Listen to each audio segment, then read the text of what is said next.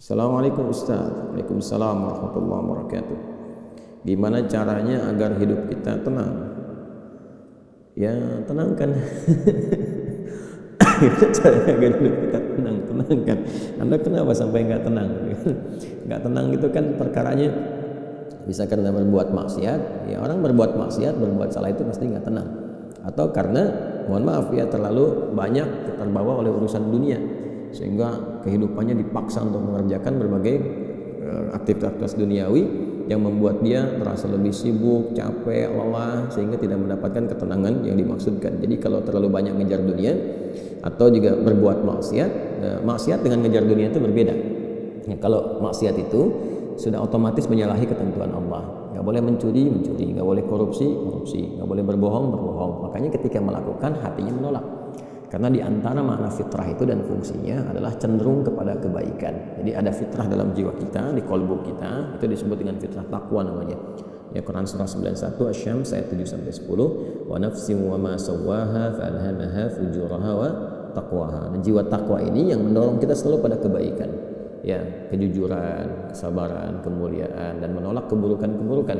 Karena itu kalau ada seseorang itu berkata yang tidak benar, dia berdusta, hati kecilnya pasti menolak. Itu nggak benar ya. Ada orang mau mencuri misalnya kan, atau korupsi misalnya, atau terfikir berbuat yang nggak bagus, hatinya pasti menolak. Ada gejolak dalam dirinya. Itu yang membuat dirinya nggak tenang. Ya, yang kedua, bukan maksiat, tapi terlalu banyak mengejar dunia sehingga lupa dengan urusan akhirat, lupa dengan ibadah. Ya, dia bekerja formal, benar. Dia nggak menyalahi aturan, dia nggak korupsi, tapi dia berangkat dari gelap, pulang gelap lagi, menempuh perjalanan, kerja lagi, kena kemacetan.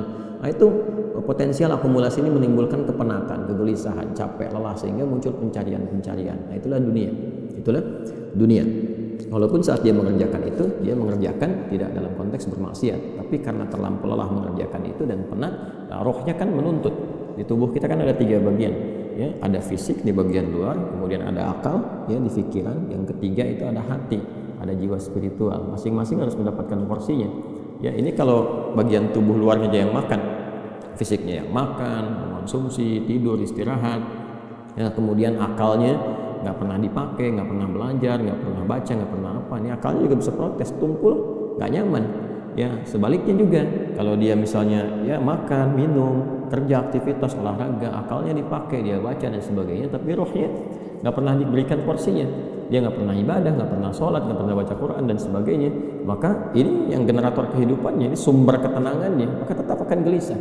Karena itu ditemukan betapa orang pintar, ya kan, kerja keras dan sebagainya, tapi ya rohnya nggak terisi, banyak yang bunuh diri. Ya, di Jepang terjadi, kan? Atau bahkan setidaknya ada orang-orang kaya yang sudah hebat, pinter-pinter, ya di akhir hidupnya apa yang dia kerjakan?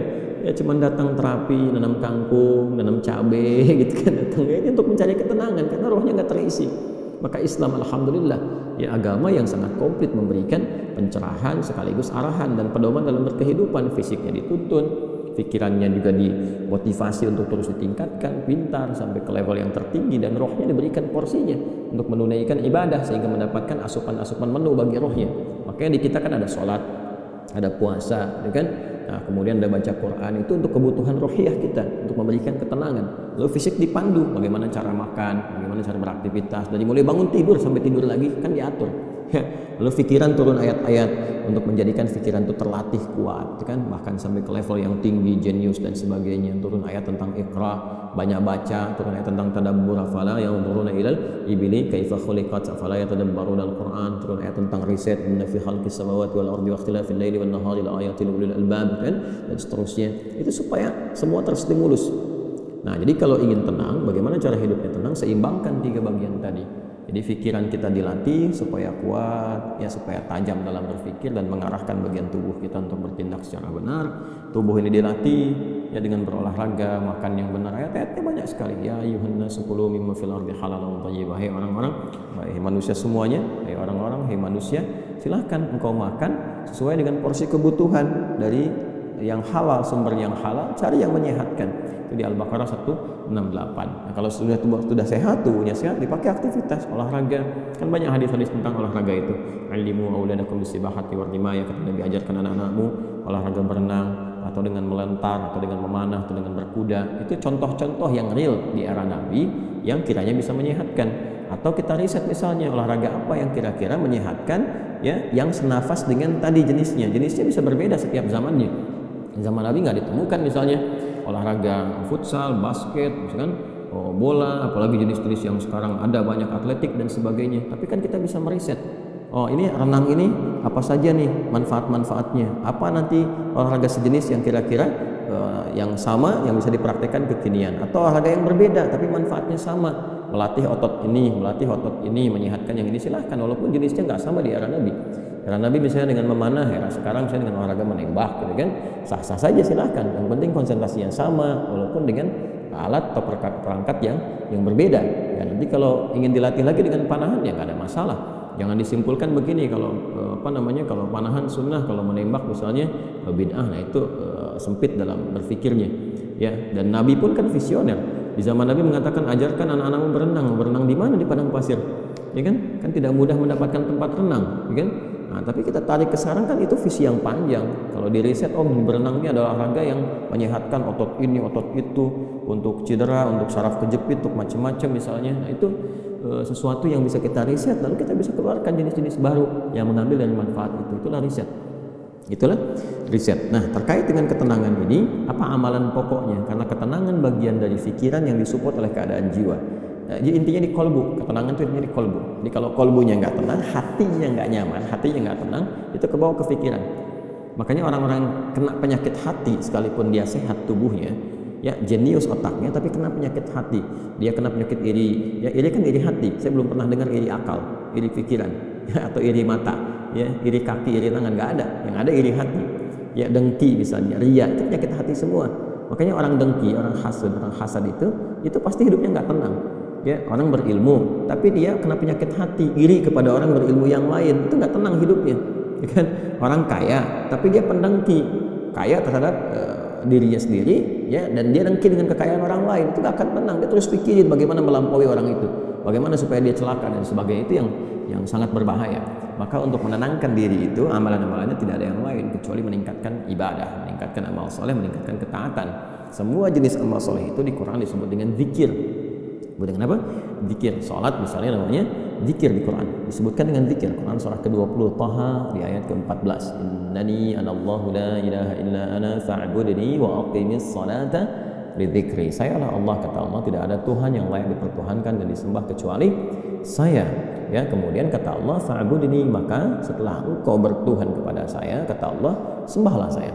Nah, ini kalimat yang paling jelas sekali, nggak ada ambigu, terang, menyebabkan kita memahami bahwa ini kebenaran risalah Islam dari aspek ketuhanan. Ya, silakan Anda komparasikan. Ya, saya sejauh ini saya mengkomparasikan, melihat, membandingkan, saya tidak menemukan kecuali di Islam yang di dalam kitab suci mengatakan langsung Tuhannya langsung, ya, yang berkata saya Allah, kata Allah itu kan, ya, tidak ada Tuhan selain saya. Itu tegas sekali, ya, menyebutkan saya Allah, nggak ada Tuhan selain saya, sembah saya. Dan biasanya kalau ada kalimat atau informasi yang pede jelas disampaikan, itu menunjukkan kekuatan dan kebenaran, karena Allah dengan sendirinya, ya kan, meyakinkan, ya, kita semua dengan menegaskan sifatnya tegas. Dan karena memang ketuhanan itu hanya dimiliki oleh Tuhan yang benar. Dan karena Tuhan yang benar itu mengatakan sayalah Tuhan, dengan pede mengatakan sayalah Allah, yang nggak ada Tuhan selain saya. Nggak mungkin ada klaim demikian kecuali dari yang memang benar, yang memang pede mengatakan itu, ya, karena benar, karena hak di situ. Ya, dan kemudian fa'bud, disembahlah saya, ya, sembahlah saya. Dan kemudian dijelaskan menyembahnya bagaimana. Itulah indahnya dalam Islam, tauhidnya diatur, ya, tentang Tuhannya. Dan kalau Anda misalnya gini, saya logikakan sederhana, ya, orang-orang kan kalau nggak pakar, nggak punya kemampuan atau nggak sesuai dengan kualifikasinya, nggak mungkin mengatakan itu kan. Ya, ada orang mengatakan misalnya saya adalah pesilat, mana yang mau bertarung misalnya kan, atau beruji tanding dengan saya. Kalau dia bukan pesilat, nggak mungkin dia bisa mengatakan itu. Ternyata dia bukan pesilat misalnya kan, ya, dia cuma pesilat lidah gitu kan, bukan pesilat tangguh, dan nggak mungkin dia pede mengatakan demikian. Ya, saya lah ahli kungfu misalnya kan, silahkan ada yang ingin tanding mengetes di kungfu. Kalau dia bukan ahli kungfu nggak mungkin mengatakan demikian. Nah, ini Allah mengatakan dengan jelas, sayalah Allah, nggak ada Tuhan selain saya, sembah saya. Nah, bisa nggak ditemukan misalnya dimanapun, termasuk di kitab-kitab yang disucikan, temukan ada nggak Tuhan yang mengatakan sayalah Tuhan, ya kan, sebut namanya, sembah saya, kalimat itu temukan, ya, di Quran jelas. Kemudian fa'budni, sembah saya, wa aqimis shalah, dan tunaikan salat. Cara menyembah saya itu dengan menunaikan salat. Dan diatur. Ini indahnya dalam Islam. Ya. Kemudian ditegaskan, saya Allah, saya Tuhan. Kemudian gak ada Tuhan selain saya, kata Allah. Kemudian sembah saya. Cara menyembahnya pun diatur, namanya salat. Cara mengerjakannya begini. Ya, lalu ditunjuk, diutuslah Nabi Muhammad SAW untuk mengajarkan dari awal sampai akhir, dari gerakan sampai bacaan, dari mulai hukumnya diajarkan, ya, dari cara menghadap ke arah mana, kemudian bagaimana caranya, ya, dari mulai berwudunya bahkan sampai dengan selesainya. Ya, ini menunjukkan bahwa risalah agama ini benar. Gak mungkin kan diada-adakan demikian, gimana cara bisa merekayasa seperti itu terjadi, gak mungkin. Ya, ini dari awal sampai akhir dan gak ada kreativitas di situ, gak ada kreativitas, dan semua sama. Ya, orang Arab demikian, yang bukan Arab demikian. Ya, jadi nggak ada ceritanya misalnya di Arab pakai bahasa Arab, di Indonesia pakai bahasa Indonesia. Ya, di Indonesia, di Sumatera pakai bahasa Sumatera misalnya, di Jawa pakai bahasa Jawa. Tidak. Ya, Quran mau dimanapun pakai bahasa Arab, sholat dengan cara yang sama, menghadap tempat yang sama. Tapi terkait dengan pertanyaan ini, teruskan ayatnya, wa aqimis sholata li dzikri, tunaikan sholat kepadaku, ya kan, sebagai zikir. Jadi sholat itu disebut dengan zikir, berdoa juga zikir. Ya, doa juga zikir. Quran surah ke-7 ayat 205. Wadhkur rabbaka fi nafsika tadarruan wa khifatan wa dunal jahri minal qaul, dan berzikirlah, berdoalah maksudnya. Zikir ini doa. Ya, berdoalah, mohon dengan sepenuh jiwamu, dengan ketenangan, dengan mintakan kepada Allah dengan penuh ketenangan. Dan mohon dengan kekhusyuan, mohon dengan penuh harap supaya dikabulkan. Nah, silakan cek, bukankah saat berdoa itu ada ketenangan? Anda punya masalah, alih-alih Anda curhat di media sosial, kan? Nah, kemudian Anda arahkan untuk berdoa dengan cara yang benar. Anda ke kiblat, wudu, minta dengan khusyuk. Bukankah saat berdoa tenang? Ya kan? Bukankah saat sholat itu Anda lebih tenang? Ya kan? Bukankah saat Anda baca Quran lebih tenang? Nah, baca Quran itu disebut dengan zikir karena Qurannya disebut zikir. Quran surah ke-15 ayat 9. Inna nahnu nazzalna dzikra wa inna lahu lahafidhun. Kami telah turunkan Al-Quran sebagai zikir. Nah, Anda itu kalau baca Quran kan lebih tenang. Apalagi kadang terjadi begini, sedang punya masalah, terus kita buka mushaf random, acak, dibuka begini, tiba-tiba ayatnya sesuai dengan masalah kita. Nah, baru baca aja udah tenang keadaan jiwanya. Ya, udah menyebut nama Allah, baru bismillahirrahmanirrahim, sudah tenang. Ya, Quran surah ke-8 ayat kedua, innamal mu'minuna alladzina idza dzukirallahu wajilat qulubuhum wa idza tuliyat 'alaihim ayatuhu zadatuhum imanan wa 'ala rabbihim yatawakkalun. Jadi orang beriman itu kalau disebutkan nama Allah ada getaran, konfirmasi di jiwanya, dan kalau dibacakan pada ayat-ayat Allah bertambah keimanan. Iman itu kan sumber ketenangan. Ya, makanya iman itu berasal dari kata al-aman, ulaika lahumul amnu, kan? Ya, alladzina amanu wa lam yalbisu imanahum bidzulmin, ya ulaika lahumul amnu, orang-orang yang beriman itu kata Al-Qur'an, dan kalau imannya benar maka akan mendapatkan ketenangan dalam jiwanya. Nah, ini kalau dibacakan Quran ada ketenangan dalam diri kita. Kita dengar orang lain baca Quran aja udah tenang, apalagi kita baca sendiri, kan? Apalagi misalnya zikir, ya, zikir pas salat kita berzikir, kan, amal lain disebut zikir, itu membuat kita tenang. Subhanallah, alhamdulillah, Allahumma antas salam, istighfar. Quran surah ke-4 An-Nisa ayat 103. Fa idza qadaytumus salata fadhkurullaha qiyaman wa qu'udan wa 'ala junubikum. Kalau Anda telah tuntas mengerjakan salat maka berzikirlah.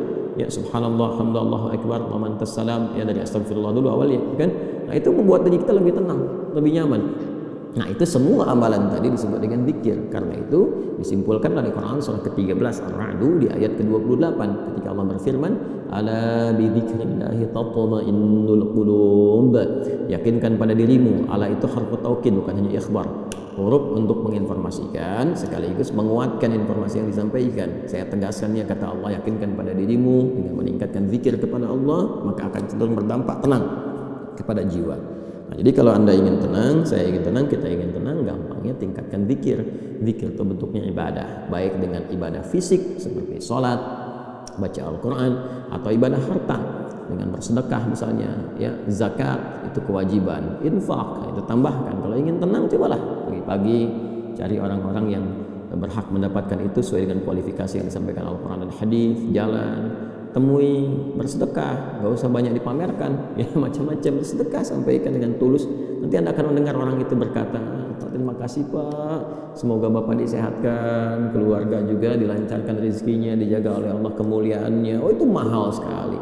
Padahal yang dikeluarkan mungkin 5.000, 10.000, tapi bagi orang-orang tertentu itu sangat berharga dan melahirkan doa yang dengan doa itu mengguncang aras dan memberikan ketenangan kepada jiwa, kan? Allah Ta'ala a'lam bis-shawab.